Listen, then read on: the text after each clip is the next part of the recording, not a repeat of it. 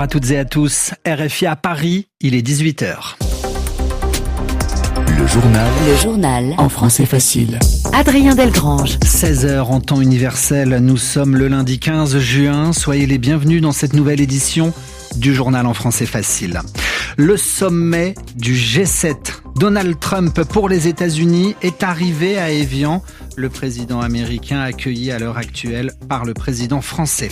La guerre en Ukraine, 11 morts la nuit dernière, des bombardements russes meurtriers et une cathédrale qui prend feu.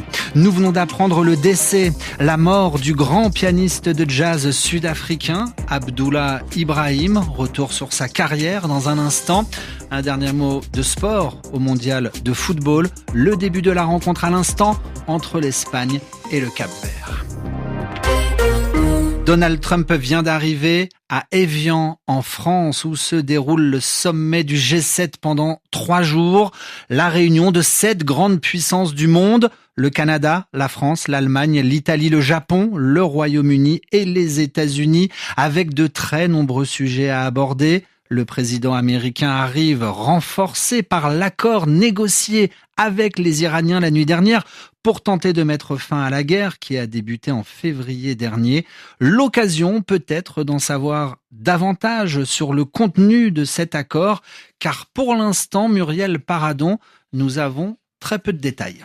Oui, pour l'instant, c'est un protocole d'accord, c'est-à-dire que cela donne les grandes lignes d'un accord, mais les détails seront à négocier et on a peu de détails pour l'instant. L'essentiel pour les Américains et le reste du monde, à vrai dire, c'est la réouverture du détroit d'Ormuz, ce passage maritime essentiel au transport des hydrocarbures, du pétrole et du gaz.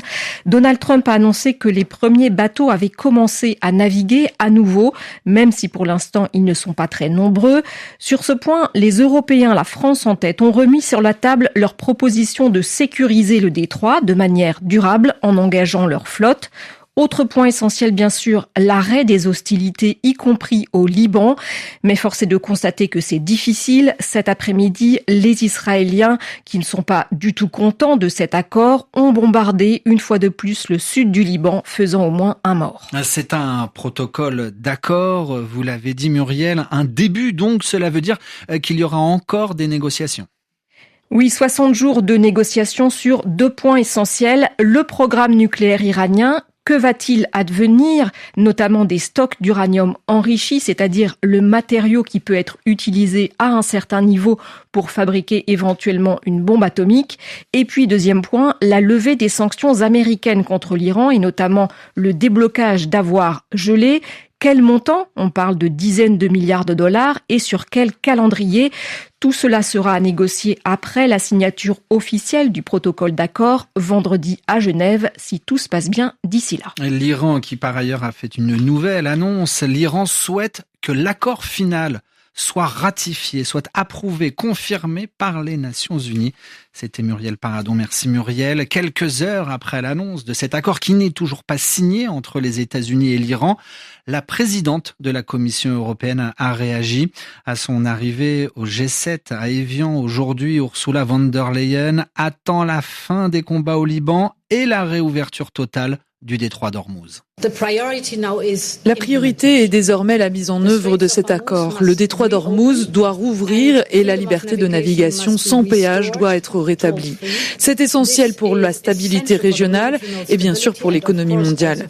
Cet accord devrait ouvrir la voie à des négociations plus larges et aboutir à la fin des programmes nucléaires et balistiques iraniens. Je tiens également à souligner qu'il ne peut y avoir de paix durable tant que le Liban reste en proie aux flammes. Nous appelons à un véritable cessez-le-feu et au respect total de la souveraineté du Liban. Le Liban spectateur, les autorités libanaises n'ont pas été informées du contenu de cet accord négocié entre Washington et Téhéran. Vu d'Israël, Muriel Paradon en parlait, ce texte ne change rien pour le ministre israélien de la Défense. Il n'y aura pas de retrait de l'armée israélienne du territoire libanais. D'ailleurs, une frappe israélienne a ciblé une voiture dans le sud du Liban, près de la ville de Nabatie. Un mort. Enfin, dans ce contexte régional, nous avons aussi appris dans la journée que Mahmoud Abbas, le dirigeant de l'autorité palestinienne, annonce des élections présidentielles au début de l'année prochaine. Le journal en français facile. 18h05 à Paris, autre sujet évoqué pendant cette réunion du G7 en France, la guerre en Ukraine. La nuit dernière, au moins 11 personnes ont été tuées, victimes de bombardements russes. À Kiev, la capitale, cette nouvelle série de frappes a aussi été marquée par un incendie. Les flammes ont ravagé la cathédrale de la Dormition, édifice du XIe siècle, par ailleurs classé à l'UNESCO. Daniel Valo, l'Ukraine accuse aujourd'hui la Russie d'avoir volontairement visé cet édifice religieux. Pour l'heure, on sait qu'une façade de la cathédrale est éventrée et que le toit est partiellement détruit. Rappelons que cette cathédrale est située sur l'un des sites religieux les plus importants du monde orthodoxe, y compris pour la Russie, la Laure des grottes de Kiev, un monastère emblématique dont une partie est constituée de grottes. Ce lundi, les autorités ukrainiennes accusent donc la Russie d'avoir délibérément visé le site, mais de son côté, Moscou dément et assure que c'est un missile patriote utilisé par la défense antiaérienne de la capitale ukrainienne qui a touché le toit de la cathédrale. Notons cependant que d'autres sites culturels ont été visés et touchés cette nuit à Kiev, mais aussi à Dnipro et à Kharkiv. Pour le chef de la diplomatie ukrainienne, avec cette attaque sur la cathédrale de la Dormition, Vladimir Poutine a inscrit son nom pour toujours sur la liste des pires barbares de l'histoire. Daniel Valo. Ebola en République démocratique du Congo. L'épidémie de cette maladie mortelle se diffuse plus rapidement que les capacités de réponse mises en œuvre sur le terrain, alerte aujourd'hui Médecins sans frontières. Dans l'actualité française, une des conséquences de cet accord Iran-États-Unis, le gazole, le prix de ce carburant le plus consommé par les Français est repassé sous la barre des 2 € le litre. C'est la première fois depuis début mars.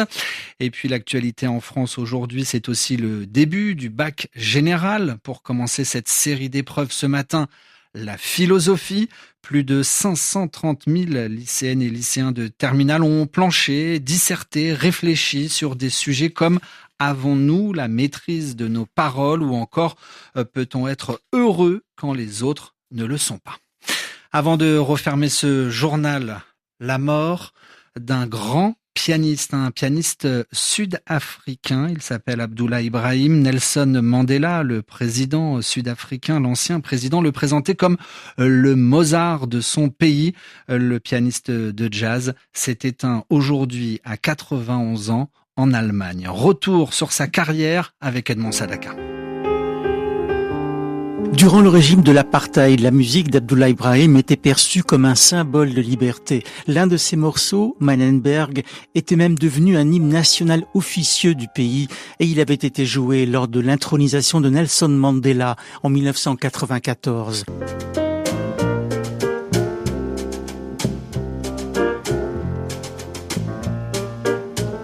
La liste des collaborations d'Abdullah Ibrahim est impressionnante, de Duke Ellington à John Coltrane en passant par Ornette Coleman, entre autres. Des collaborations qui, de toute évidence, n'avaient en rien entamé sa modestie, comme en témoigne cet extrait d'entretien qu'il avait accordé à RFI en 2022. Je ne suis qu'un élève comparé à tous ces grands maîtres, mais vous savez, j'ai souvent été influencé par des artistes peu connus et parfois même totalement inconnus. Tous m'ont apporté énormément et m'ont permis de m'exprimer pleinement grâce à la musique.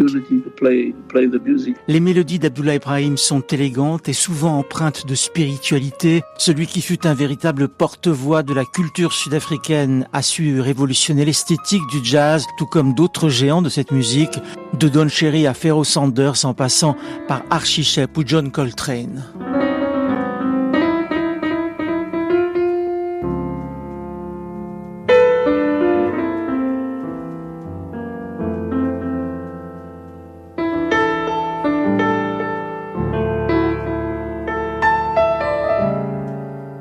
Le portrait de ce pianiste sud-africain signé Edmond Sadaka. Un dernier mot de football. Le mondial, 4e jour de la compétition, Espagne-Cap-Vert. Le match vient de commencer 0-0 après 9 minutes de jeu. Ainsi se referme ce journal. Où que vous soyez sur la planète, merci de l'avoir écouté.